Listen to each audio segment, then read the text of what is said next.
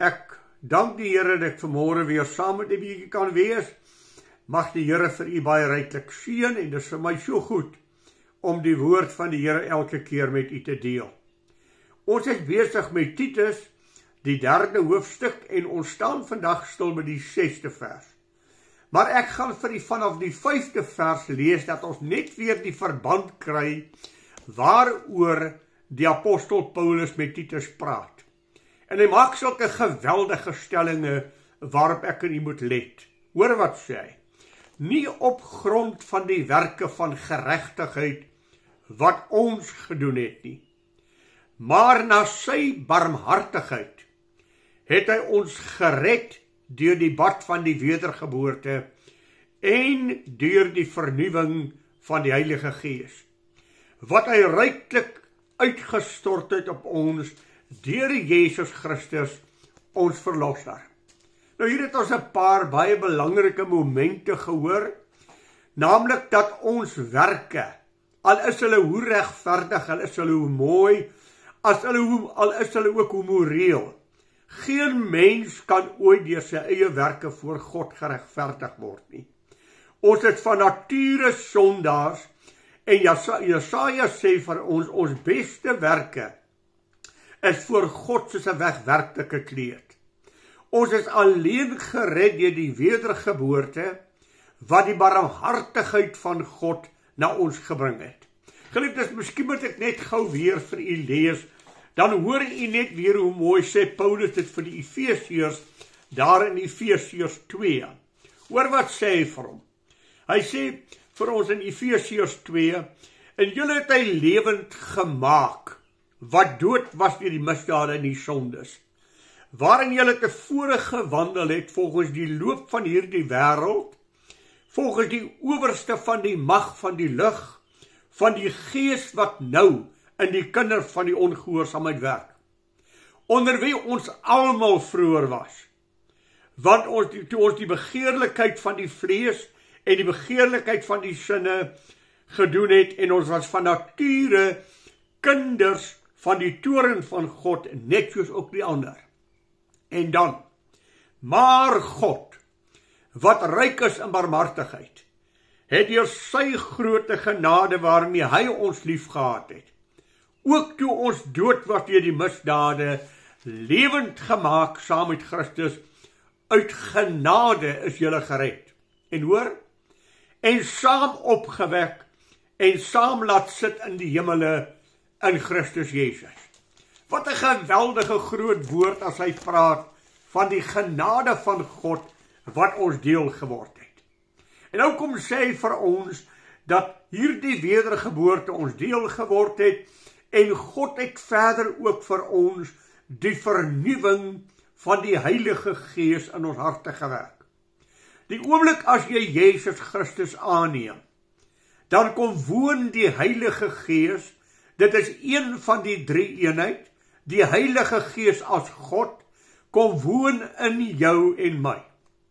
En hy maak ons nuut. Daarom sê 2 Korintiërs 5 vers 17, as iemand dan in Christus is hy 'n nuwe skepsel. Die ou dinge het verbygegaan, kyk, alles het nuut geword.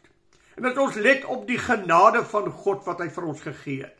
Dan sê vers 6 vir ons wat hy ryklik uitgestort het. Deur ons Here Jesus Christus, ons verlosser. Nou, kom ons dink net 'n oomblik bietjie aan verlossing. Kolossense 1 vers 13, hy het ons oorgebring uit die duisternis, die mag van die duisternis, oorgebring in die koninkryk van sy seun, in die liefde van sy seun. Efesiërs 1 vers 3 en 4, hy het ons uitverkies voor die grondlegging van die wêreld, om heilig en sonder gebrek voor hom in heerlikheid te wees.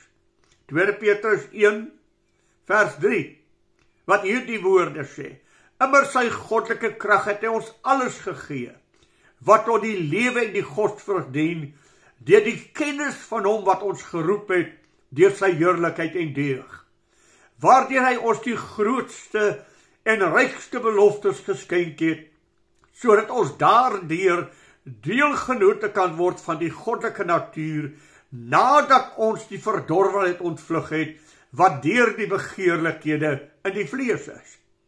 As 'n mens dink aan Kolossense 2 vers 9 en 10, aan hom in Christus woon die volheid van die Godheid liggaamlik, en julle het die volheid in hom ontvang. Ons is erfgename van God en mede-erfgename saam met Christus. Dan sê Paulus daar in Korintiërs, 1 Korintiërs 2 vers 9 en 10, wat die oog nie gesien en die oor nie gehoor en in die hart van die mens nie opgekom het nie, wat God berei het vir die wat hom lief het, en let op, en God het dit ons deur sy Heilige Gees kom gee. Hy lei ons in die volheid van God in, hy lei ons in die dieptes van God in.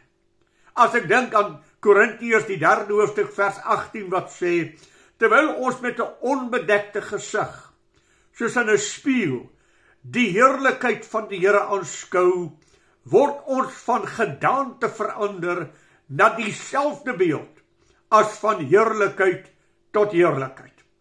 Nou wanneer hy praat oor die rykdom, dan wil 'n mens vra, hoe ryk is die dieptes van God? Ek wil vir u sê, die dieptes van God is onuitputlik. Geen mens sal ooit die dieptes van God ten volle ken nie. Ek wil so ver gaan om te sê, nie eers in die hemel sal ons die werklike dieptes van God verstaan nie, want dit is te hoog en dit is te verhewe. Dit is onuitputlik groot. En hoe meer ek en jy onsself indelf in die woord van God, hoe meer ons die woord van God naslaan, hoe meer sal ons ontdek van die rykdom en die barmhartigheid en die genade van God. Maar ek wil vir u sê, ons sal dit nooit ten volle ken nie. Dit is ondeurgrondelik diep, want ons het te make met God. Daarom glo ek in my hart, dat daar in die hemel, as ons by God is, gaan daar elke dag iets in ons lewe gebeur. Ons gaan elke dag opnuut voor sy aangesig neerval, want ons het weer iets nuuts van hom ontdek. Hy het weer 'n stuk van sy heerlikheid aan ons openbaar, en sal ons vir alle ewigheid, tot in alle ewigheid, nooit God ten volle bedink, en ten volle kan uitput in wie hy is nie. Daarom kom praat hy met ons en sê, hoe geseënd is ons. Geliefde, as jy en ek Jesus Christus vandag ken as saligmaker, is jy die mees geseëndste mens op aarde. As hy jou siel uit genade gered het, en jou sy kind gemaak het. Ag, hoe mooi sê 1 Johannes 3 vers 1 dit, kyk wat 'n groot liefde die Vader aan ons bewys het, dat ons kinders van God genoem mag word. Dan is jy 1 uit duisende, ek wil nie sê 1 uit miljoene nie, maar dit kan ook waar wees. Die feit dat God na jou toe gekom het, die feit dat God jou oë geopen het, die feit dat God jou verstand geopen het, om te kon verstaan, toe God met jou praat, dat daar verligting in jou verstand gekom het.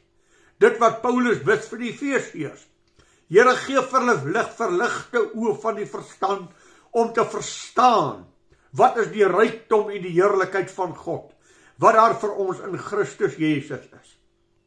Daarom wil ek vir u sê, as hy dit aan ons gegee het, sê Paulus, hy het dit ryklik aan ons uitgegee, ryklik oor ons uitgestort, deur Jesus Christus, ons verlosser. En ons klem in ons totale geestelike lewe en ons totale wandeling met God, is ons klem altyd op hom. Dit is hy, en hy alleen wat aan u en my genade gegee het, barmhartigheid verleen het, om aan hom te behoort. Hy het dit ryklik aan ons gegee, in Christus Jesus ons Here. Daarom sê ek weer vir jou, as jy Jesus Christus vandag ken, as jou persoonlike saligmaker, dan is jy 'n ryk mens. Aars het jy miskien nie baie nie, maar jy het iemand wat by jou staan, wat vir jou sê, ek sal jou nooit begewe en jou nooit verlaat nie. Wat so mooi praat om te sê, jy is soos my oogappel. Jy's kostelik in my oë, hooggeag en ek het jou lief. Wat 'n ontsettende voorreg om 'n kind van God te wees. Wat 'n ontsettende voorreg om te weet dat hy ryklik sy genade oor ons uitgestort het en die klem word geplaas op Jesus Christus, ons Here. Nie aardse heerlikheid nie. Nie aardse grootheid nie. Nie, hy het dit self vir homself nie eers in pag gehou nie. Hy het as het ware as 'n arm mens in hierdie lewe geleef, ons verlosser. En so mate dat hy sê, ek het nie eens 'n plek waar ek my kop kan neerset nie. Maar hy het die heerlikheid van God na ons toe gebring. Wat 'n prys het dit hom gekos, geliefde? Wat het dit beteken vir hom om aarde toe te kom? Paulus sê daar in Filippense, hy het dit geen roof geag om aan God gelyk te wees nie. Maar hy het homself ontledig deur die gedaante van 'n mens aan te neem.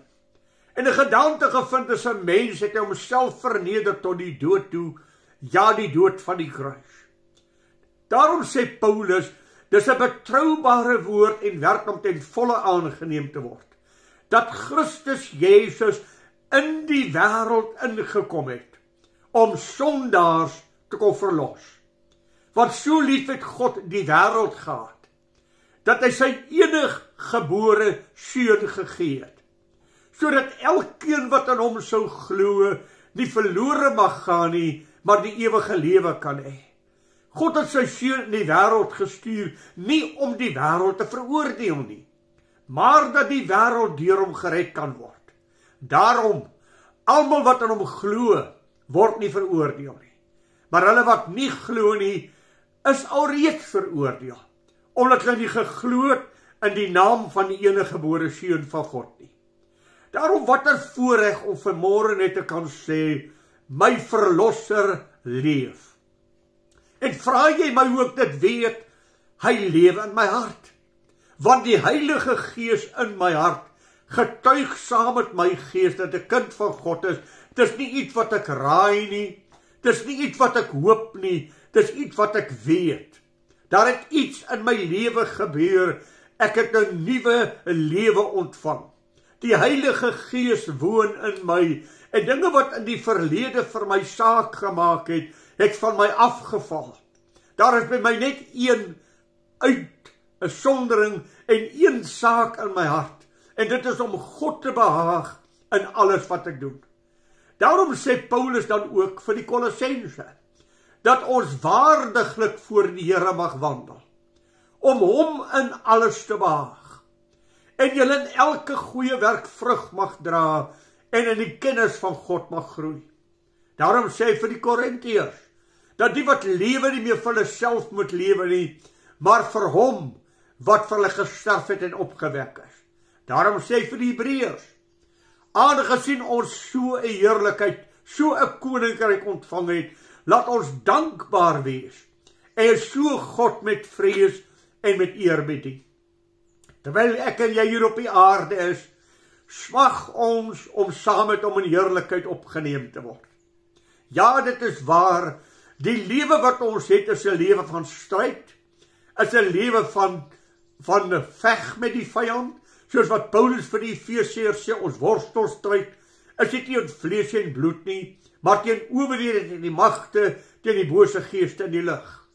Daarom trek die volle wapenrusting van God aan, dat julle weerstand kan bied.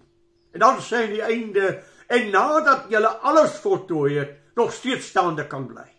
Die oorwinning, die rykdom van genade, wat aan u en my geskenk is, dat ons in hierdie lewe oorwinning kan lewe. Dis mos wat Jesus gesê het. Hy het gesê, ek het gekom om aan julle lewe te gee en oorvloed van lewe.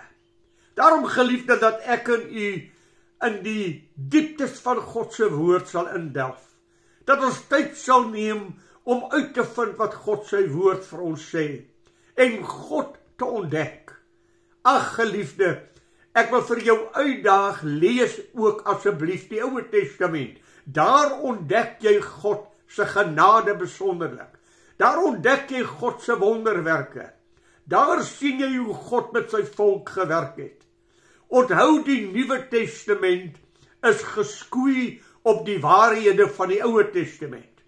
Die Nuwe Testament bestaan hoofsaaklik uit die briewe van Paulus wat hy skrywe aan gemeentes en wat hy die Ou Testament as basis gebruik vir sy verkondiging. Want as hy sê, die hele woord van God is ingegee en is nuttig tot lering, tot teregwysing, tot vermaning en tot onderrigting, dan het hy die Ou Testament in die hand. Daar is nie 'n Nuwe Testament nie. As ons die evangelies lees, dan kry ons die getuienis van die disippels en die apostels wat vir ons vertel van die wondergenade en die dade van God. As ons die boek Handelinge lees, dan kry ons 'n vertelling wat Lukas vir ons gee van hoe die gemeente van die Here tot stand gekom het. Lees die Bybel in sy totaliteit. Ontdek die rykdom van God, wat hy vir jou in Christus Jesus ons Here gegee het. En dan wil ek vir u sê, as ek hierdie rykdom van God ontdek, dan wil ek hom aanbid, dan wil ek hom eer, dan wil ek hom loof. Ag, ek dink so in Psalm 16 vers 2 en Psalm 73 vers 25. Here, naas u begeer ek niks op aarde nie. U is die som totaal van my geluk.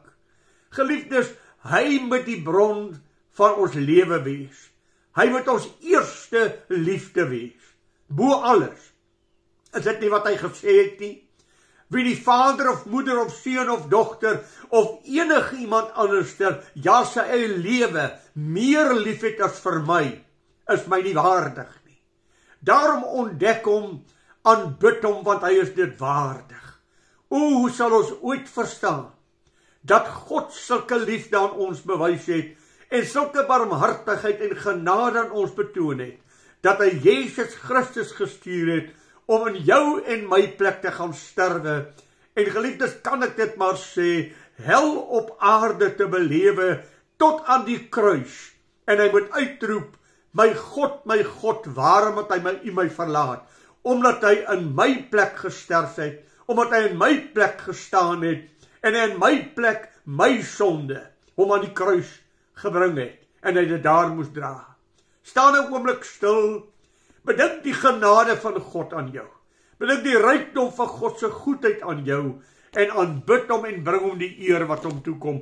Dit is die minste, dis die minste van ons godsdienst. Daarom sê Paulus in Romeine 12, ek vermaan julle dan by die goedertierenheid van God, dat julle die liggame stel as 'n lewende, heilige en aan God welgevallige offer. Dit is julle redelike godsdienst. En word nie aan die wêreld gelykvormig nie.